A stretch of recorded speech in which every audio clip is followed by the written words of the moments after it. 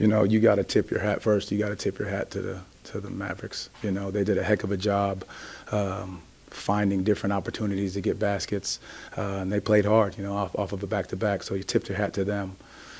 The one thing I liked about our guys was our ability to stay the course of the game. They went on a nice little run there, got up 10. We continued to fight back. Our ability to, change up the defenses during the game was somewhat there, and obviously we have to go back and look at the film and see exactly, where some of it got away. In all of your losses so far, you pretty much all the way up until the final minutes. Do you feel like that's a good learning lesson for a young team like this, where maybe they're not pulling out the wins now, but they're learning as they go?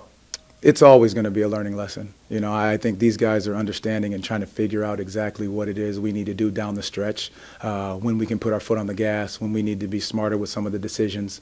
But I think they're doing an unbelievable job of competing for 48 minutes, and that's what we've asked them to do, and they're continuing to grow there. Hampton and Harris both had strong games off the bench. What did you see from each of them? The mentality of being physical and assertive in what they were doing. And we talk about guys staying ready whenever their numbers are called, and that's what both of those guys have done.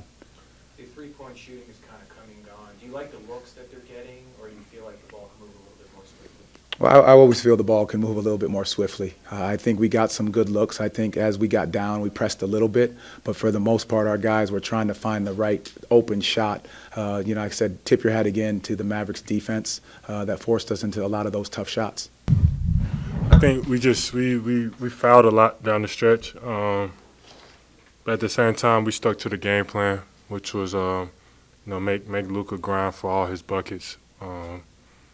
And I think we gave ourselves a chance down the stretch, but I feel like we just had some mental lapses, especially on the defensive end. And sometimes on the offensive end, we was a little too stagnant. And I feel like that's a good thing in my opinion.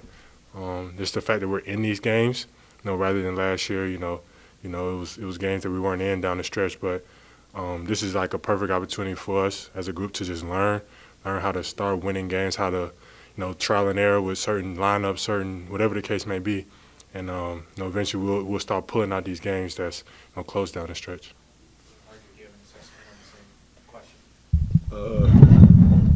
I'd probably say one thing I think we need to get better at is our rotations. The game plan was to have Luka grind for his buckets, and then down the stretch he was finding guys, and we were rotating and scrambling, just being quicker with those and more decisive and in the right spots, so we don't give up those open threes. But like Del said, it's great to be in these games. Now it's just about the process of learning how to close them. How great of an opportunity is it for you getting these minutes? And obviously with Magic doing a lot of injuries, you're getting ample time to showcase your skills. How important is it to stay ready in those moments? I think it's important. With some of my teammates down, Coach called upon me, and being out here with this team and these guys, they trust me. So credit to them for just always trusting me, having my back to let me go out there and do what I know how to do. That's really it. Yeah, Wendell, you touched on this before. The established team, I think they'll often tell you that when they were young, they were going through those same growing pains of struggling to finish down the stretch. It's just about poise, staying composed in those situations, and learning from those lessons. Yeah, you hit it right on the head. I've been on teams, just before coming to Orlando, we was kind of going through the same thing. It was a fairly young team, and it's a learning experience. It's a process into learning how to close out NBA games.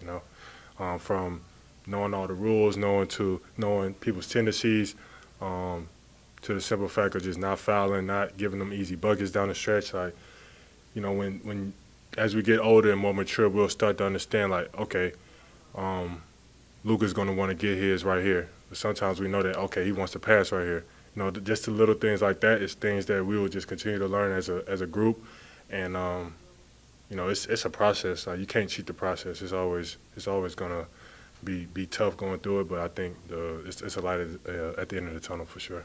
And RJ, how special is it to play in this building? I don't know if you went to games when you were a kid, but playing here in Dallas, you have family and friends, and just how much of a joy is it to be able to play in this atmosphere? Yeah, I think it's amazing. It's probably, besides Amway, my favorite arena to play in, somewhere I grew up. a lot coming to these games, seeing that championship team that they had, you know, years and years back. But it's special having my family and my friends come out and support me, and it just means a lot, you know, to be from Dallas and, you know, coming back here and playing here.